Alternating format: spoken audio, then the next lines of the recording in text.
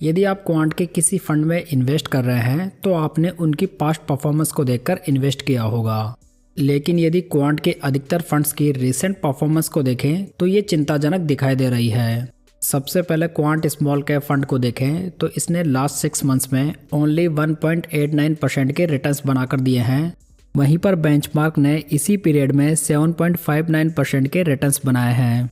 साथ ही same period में category average के रिटर्न्स 10.68% के हैं। तो कुल मिलाकर इस फंड की रिसेंट परफॉर्मेंस काफ़ी ज़्यादा डल मानी जा सकती है। नेक्स्ट बात करें क्वांट मिड कैप फंड की तो इस फंड ने भी लास्ट 6 मंथ्स में नेगेटिव में 8.25% के रिटर्न्स बनाए हैं। वहीं पर इसके बेंचमार्क और कैटेगरी एवरेज ने काफ़ी बढ़िया रिटर्न्स बनाकर दिए हैं, जहां पर इस मिड कैप फंड की रैंक भी लास्ट रही है। सेम हालात quant large and mid cap fund के हैं, जो कि लास्ट 6 मंथ्स में कैटेगरी का वर्स्ट फंड रहा है, जहां पर भी इसने बड़े नेगेटिव रिटर्न्स बनाकर दिए हैं, जबकि बेंचमार्क और कैटेगरी एवरेज के रिटर्न्स बहुत ही बढ़िया रहे हैं।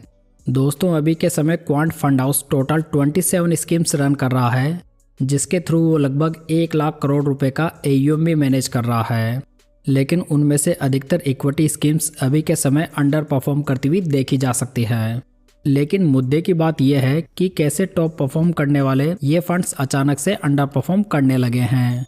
तो दोस्तों मैंने इसका थोड़ा एनालिसिस किया और मुझे इसके कुछ मल्टीपल रीजंस दिखाई दिए।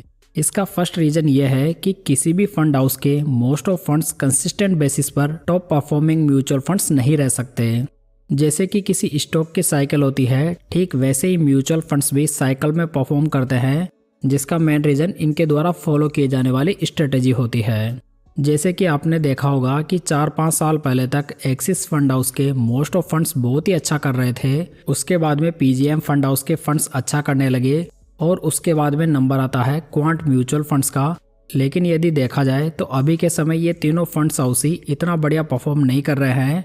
लेकिन यदि अभी करंट सिचुएशन को देखें तो यहाँ पर मोतीलाल ओसवाल का दौर शुरू हो चुका है, जिसमें कि इनके अधिकतर फंड्स बहुत ही अच्छा कर रहे हैं, जिसे 2 साल पहले तक कोई पूछ भी नहीं रहा था। यदि सेकंड रीजन की बात करें तो क्वांट फंड हाउस ने रिसेंटली अभी अपनी स्ट्रेटेजी में भी थोड़ा बदलाव किया है।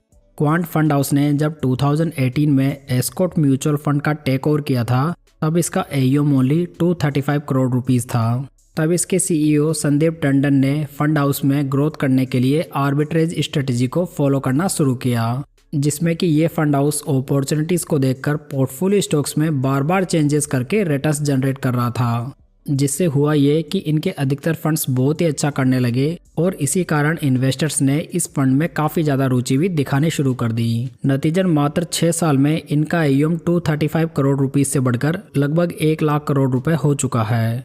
लेकिन अब इस फंड हाउस को ये स्ट्रेटेजी को लगातार फॉलो करना मुश्किल हो रहा है, क्योंकि जब आपका AUM कम होता है तो आपके पास में खोने को कुछ नहीं होता और वहाँ पर आप ज़्यादा रिस्क उठा सकते हैं।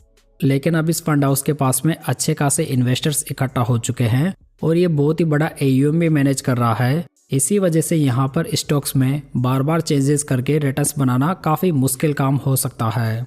यदि थर्ड रीज़न की बात करें तो इन्हें अभी मार्केट में लैक ऑफ अपॉर्चुनिटीज़ भी दिखाई दे रही है। यानी कि इस फंड हाउस की स्ट्रेटेजी के अकॉर्डिंग अभी के समय मार्केट थोड़ा ओवर वैल्यूड है, जिसकी वजह से इन्होंने अभी काफ़ी सेफ बेट्स भी लगाई हुई है। जैसे कि यदि आप क्वांट स्मॉल कैप फंड का पोर्टफोलियो देखेंगे तो इसमें आपको 9% से भी ज़्यादा का एक्सपोजर रिलायंस कंपनी में दिखाई देगा।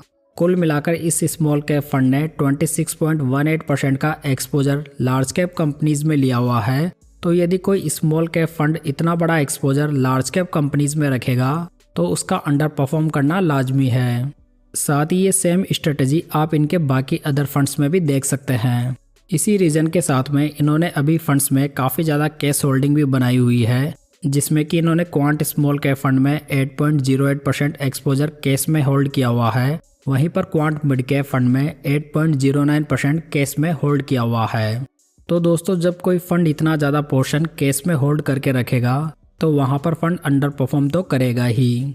नेक्स्ट रीजन की बात करें तो यहाँ पर लैक ऑफ फंड मैनेजर्स दिखाई देते हैं। यानी कि क्वांट फंड हाउस के पास में अभी के समय ओनली 4 फंड मैनेजर्स ही काम कर रहे हैं, जिसमें कि संदीप टंडन, अंकित पांडे, संजीव शर्मा और वासव सहगल काम कर रहे हैं। जैसे कि हमने बात की कि इस फंड हाउस में अभी AUM काफ़ी ज़्यादा हो चुका है, तो इस हाई AUM को मैनेज करने के लिए इस फंड हाउस को और फंड मैनेजर्स की आवश्यकता पड़ सकती है। तो दोस्तों ये थे इस फंड हाउस के अंडर परफॉर्म करने के कुछ रीजंस। लेकिन ऐसा भी नहीं है कि ये फंड हाउस अब खराब हो चुका है, लेकिन प्रेजेंट टाइम की सिचुएशन और स्ट्रेटजी को देखकर ऐसा लग रहा है कि ये फंड हाउस अभी काफ़ी ज़्यादा सेफ प्ले कर रहा है, जिसमें यह हो सकता है कि ये फंड हाउस अभी रिस्क मैनेजमेंट के ऊपर ध्यान दे रहा हो। इसलिए अब आपको इस फंड से रीजनेबल रिटर्न्स की उम्मीद करनी चाहिए। मतलब कि जो एक्स्ट्रा ऑर्डिनरी रिटर्न्स इस फंड ने पास्ट में बना कर दिए हैं, वो रिटर्न्स ये फंड शायद ही नियर फ्यूचर में बना पाए। तो दोस्तों ये थी आज की जानकारी। उम्मीद है आपको ये पसंद आई होगी। वीडियो को लाइक, कमेंट और शेयर जरूर कीजिएगा। साथ ही इस चैनल को सब्सक्राइब जरूर कर लीजिएगा। तो चलिए दोस्तों, फिर मिलते हैं किसी नई जानकारी के साथ।